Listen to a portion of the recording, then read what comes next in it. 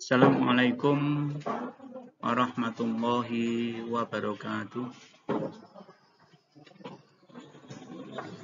Selamat pagi anak-anak. Bagaimana kabarnya pagi ini? Semoga sehat-sehat selalu. Dan saya doakan semoga KBM pada pagi ini dapat berjalan lancar dan ada manfaatnya bagi kita semuanya. Ya anak-anak, oke kita lanjutkan.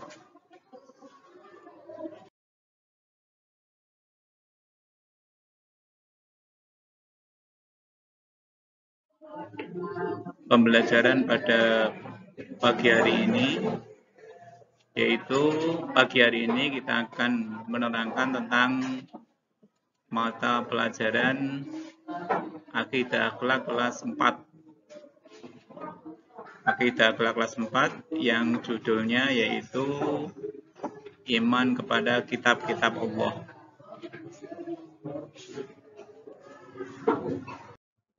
Sebelum kita menerangkan tentang iman kepada kitab-kitab Allah, akan saya tunjukkan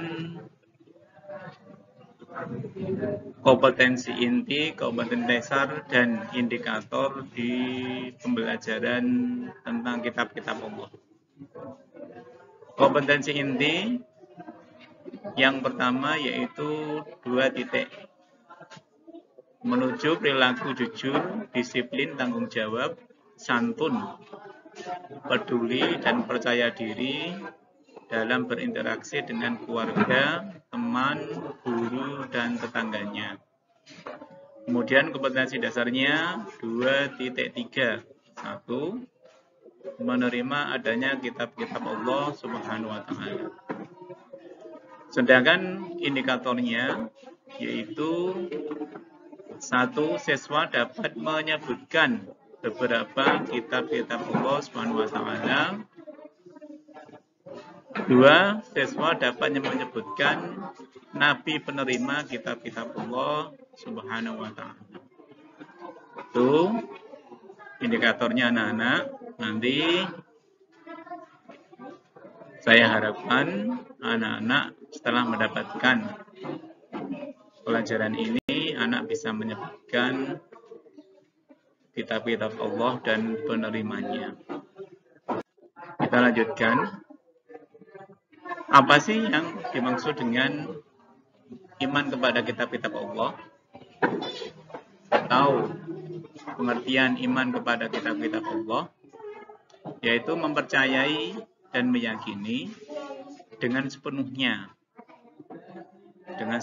hati bahwa Allah Subhanahu wa Ta'ala telah menurunkan kitab-kitab Allah kepada Rasul yang berisi wahyu untuk disampaikan dan diajarkan kepada umat manusia. Inilah arti dari iman kepada kitab-kitab Allah. Kemudian selanjutnya kita akan menyebutkan 4 kitab dan Rasul penerimanya. Anak-anak mungkin bisa mencatat di buku tulis atau menghafal, melihat kemudian dihafal. Yang pertama untuk dimengerti anak-anak yaitu kitab Taurat yang nabi penerimanya yaitu Nabi Musa alaihissalam. Kemudian yang keduanya kitab Zabur. Ya, kitab Zabur. Penerimanya yaitu Nabi Daud alaihissalam. Kemudian yang ketiganya kitab Injil. Kitab Injil penerimanya yaitu adalah Nabi Isa alaihissalam. Kemudian kitab Al-Quran penerimanya yaitu Nabi Muhammad Sallallahu Alaihi Wasallam. Kitab Al-Quran inilah yang menjadi penyempurna kitab-kitab terdahulu, kitab Taurat, kitab Injil, kitab Zabur dan lain sebagainya. Dan itu yang perlu diperhatikan, yaitu kitab Al-Quran adalah kitab penyempurna dari kitab-kitab Allah Subhanahu wa Ta'ala. Dan kita lanjutkan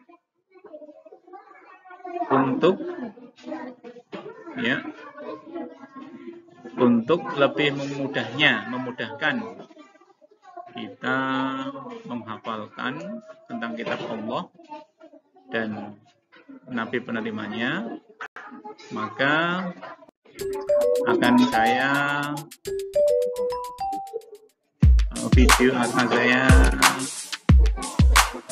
YouTube-kan. Kitab-kitab Allah ada 4 macam: Zabur, Taurat, Injil, dan juga Al-Quran. Zabur Nabi Daud, Taurat Nabi Musa, Injil Nabi Isa, Al-Quran Nabi Muhammad. Kitab-kitab Allah ada 4 macam: Zabur, Taurat, Injil, dan juga Al-Quran. Zabur Nabi Daud, Taurat Nabi Musa, Injil Nabi Isa, Al-Quran Nabi Muhammad.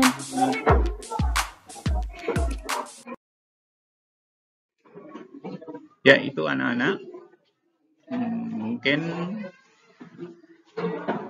dalam video itu memudahkan kita untuk menghafalkan kitab-kitab Allah dan penerimanya.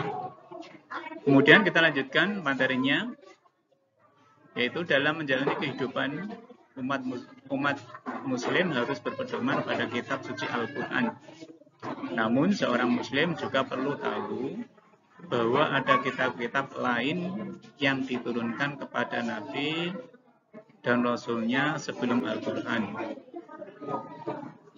Mempercayai kebenaran kitab-kitab tersebut juga termasuk ke dalam rukun iman yang ketiga, yaitu iman kepada kitab-kitab Allah.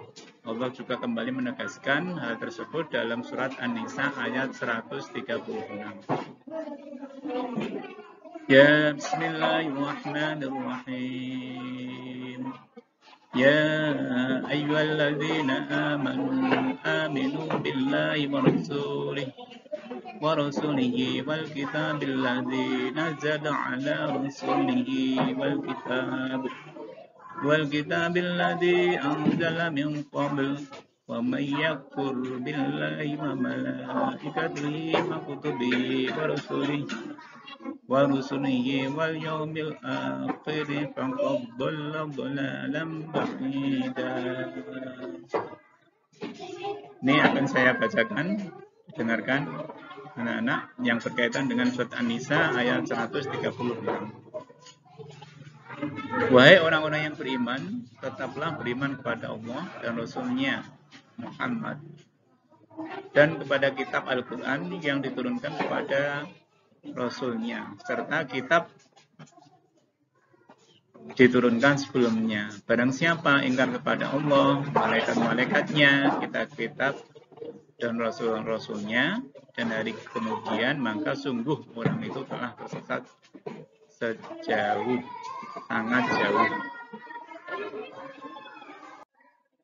Kemudian akan saya tunjukkan video berikut ini yang berkaitan dengan sejarah diturunkannya kitab Al-Quran. Ya, coba kita lihat semuanya di video ini agar dapat mendengarkan materi yang ada di sini. Mari kita renungkan sejenak. Apa jadinya apabila kita menaiki kendaraan di jalan namun tidak memiliki tujuan yang jelas? Kita hanya akan berputar-putar tapi tidak tahu kemana akan pergi. Selain itu, kita hanya akan membuang-buang bahan bakar dan bahkan lama-kelamaan kita bisa tersesat. Demikian juga dengan kehidupan di dunia ini. Jika hidup ini tidak memiliki arah yang jelas dan tujuan yang benar, maka hanya akan menghabiskan usia tanpa memiliki manfaat dan kemudian tersesat. Oleh karena itu, Allah menurunkan kitab-kitabnya untuk menjadi pedoman ke umat manusia, mulai dari kitab Taurat, Zabur, Injil, dan Al-Quran. Dimulai dari kitab Taurat terlebih dahulu. Kitab Taurat diwahyukan kepada Nabi Musa alaihissalam pada abad ke-12 sebelum Masehi atau 1200 tahun sebelum Masehi. Nama Taurat sendiri berarti hukum atau syariat.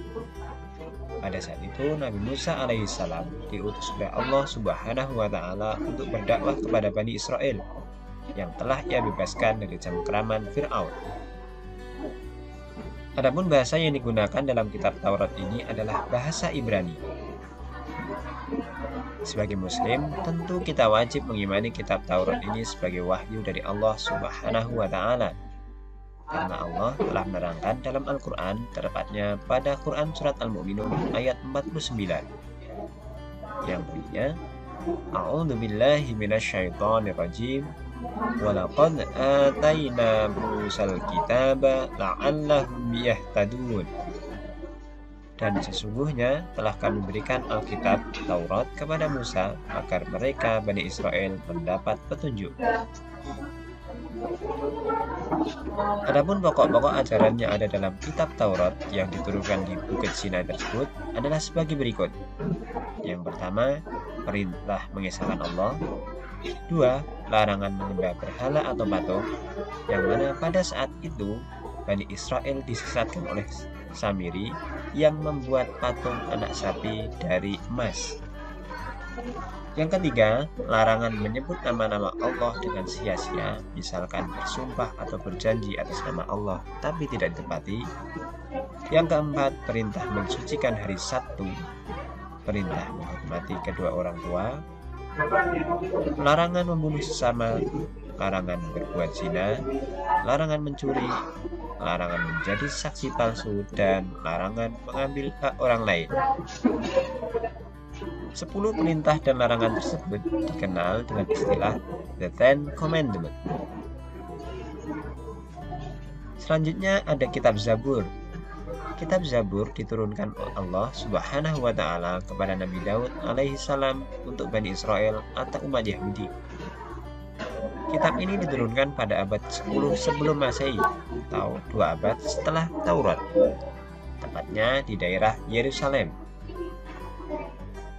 Adapun kitab ini ditulis dengan bahasa Kipti. Allah berfirman, A'udzubillahi minasyaitonirrajim, wa rabbuka a'lamu bima fis samawati wal ard, wa laqad faddalna ba'dhan nabiyyina 'ala ba'din wa ataina Dawuda zabura. Dan Tuhanmu lebih mengetahui siapa yang ada di langit dan di bumi. Dan sesungguhnya telah kami lebihkan sebagian nabi-nabi itu atas bagian yang lain. Dan kami berikan kitab Zabur kepada Daud. Quran Surat Al-Isra ayat 55. Setelah kitab Zabur, turunlah kitab Injil. Kitab Injil diturunkan kepada Nabi Isa alaihissalam pada permulaan abad pertama Masehi atau 11 abad setelah kitab Zabur diturunkan. Kitab Injil sendiri diwahyukan di daerah Yerusalem dengan bahasa Suryani dan diperuntukkan bagi Bani Israel, lagi-lagi Bani Israel. Perlu kita ketahui bahwa Bani Israel merupakan bangsa yang dianggap paling cerdas di dunia, namun ternyata juga paling ngeyel. Keterangan tentang kitab Injil ini terdapat dalam Quran Surat Maryam ayat 30. Allah berfirman, Qala inni abdullahi ataniyal kitaba wa ja'alani nabiyya. Berkatalah Isa, sesungguhnya aku ini hamba Allah. Dia memberiku Alkitab Injil dan dia menjadikan aku seorang nabi. Perlu diketahui bahwa perkataan Nabi Isa tersebut terjadi ketika ia masih bayi yang belum lama dilahirkan. Yang ini menjadikan ia sebagai salah satu mukjizatnya, bisa berbicara ketika masih bayi. Adapun isi secara umum kitab Injil adalah sebagai berikut. Pertama, perintah kembali mengesahkan Allah Subhanahu wa Ta'ala. 2. Membenarkan keberadaan kitab Taurat. 3. Menghapus beberapa hukum dalam kitab Taurat yang tidak lagi sesuai dengan perkembangan zaman. Yang keempat, menjelaskan bahwa kelak akan datang kembali Rasul setelah Nabi Isa alaihissalam, yaitu Nabi Muhammad SAW. Di samping ada di kitab Injil, penjelasan ini juga terdapat dalam kitab Taurat. Kitab yang terakhir adalah kitab Al-Quran. Kitab Al-Quran merupakan kitab yang diturunkan Allah Subhanahu wa Ta'ala kepada Nabi dan Rasul kita yang terakhir, yaitu Nabi Muhammad SAW. Al-Quran sendiri diturunkan pada abad ke-7 Masehi, yaitu sekitar 611 sampai 632 Masehi.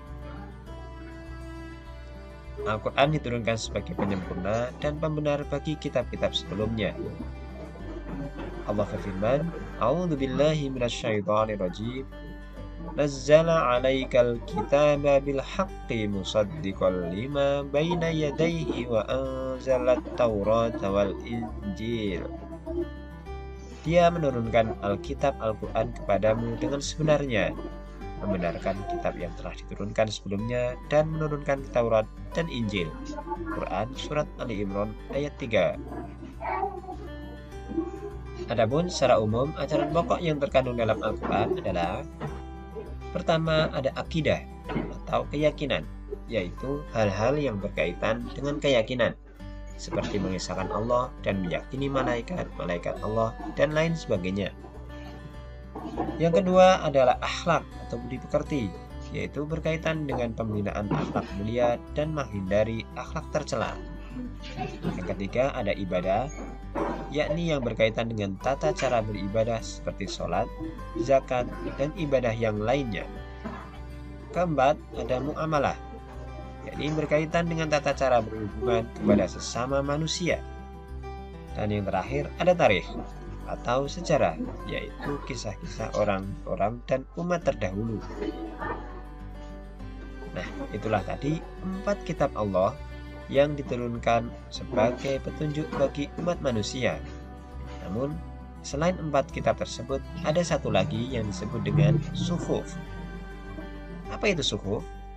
Suhuf yaitu lembaran-lembaran terpisah yang berisi wahyu dari Allah Subhanahu wa Ta'ala. Suhuf memang tidak tertulis secara rinci dan juga setebal kitab yang 4 tadi, melainkan suhuf hanya berupa lembaran-lembaran yang isinya memang benar-benar wahyu dari Allah. Hal ini tercantum dalam Quran Surat Al-A'la yang bunyinya, Inna hadza lafis suhufil ula suhufi Ibrahim wa Musa. Sesungguhnya ini terdapat dalam kitab-kitab yang dahulu, yaitu kitab-kitab Ibrahim dan Musa. Quran Surat Al-A'la ayat 18-19. Secara rinci, suhuf yang diterima oleh Nabi Ibrahim sejumlah 10 suhuf, Nabi Musa menerima 10 suhuf. Yang menjadi pertanyaan selanjutnya adalah, bagaimana cara yang benar dalam mengimani kitab-kitab tersebut? Cara yang benar untuk mengimani kitab-kitab tersebut plus suhuf tadi, yang pertama, kita meyakini dengan sepenuh hati bahwa kitab-kitab tersebut asalnya dari Allah Subhanahu wa Ta'ala. Kedua, boleh mempelajari kitab-kitab Taurat, Zabur, Injil, namun tidak untuk diamalkan. Karena dalam Islam, kitab-kitab tersebut sudah tidak berlaku semenjak turunnya Al-Quran. Yang ketiga, wajib bagi umat Islam untuk bisa membaca, mempelajari, dan mengamalkan isi dari Al-Quran. Karena ini adalah pedoman hidup dan arah tujuan kita di dunia ini. Yang keempat, meyakini bahwa Al-Quran terjaga kemuliaannya hingga akhir zaman atau kiamat. Allah berfirman, Inna nahnu nazzalnal dzikra wa inna lahu lahafizun. Sesungguhnya kamilah yang menurunkan Al-Quran dan sesungguhnya kami benar-benar memeliharanya.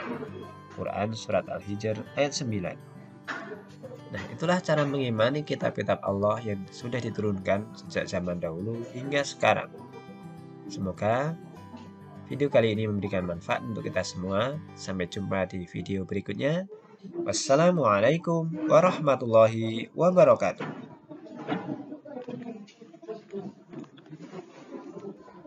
Mari kita renungkan.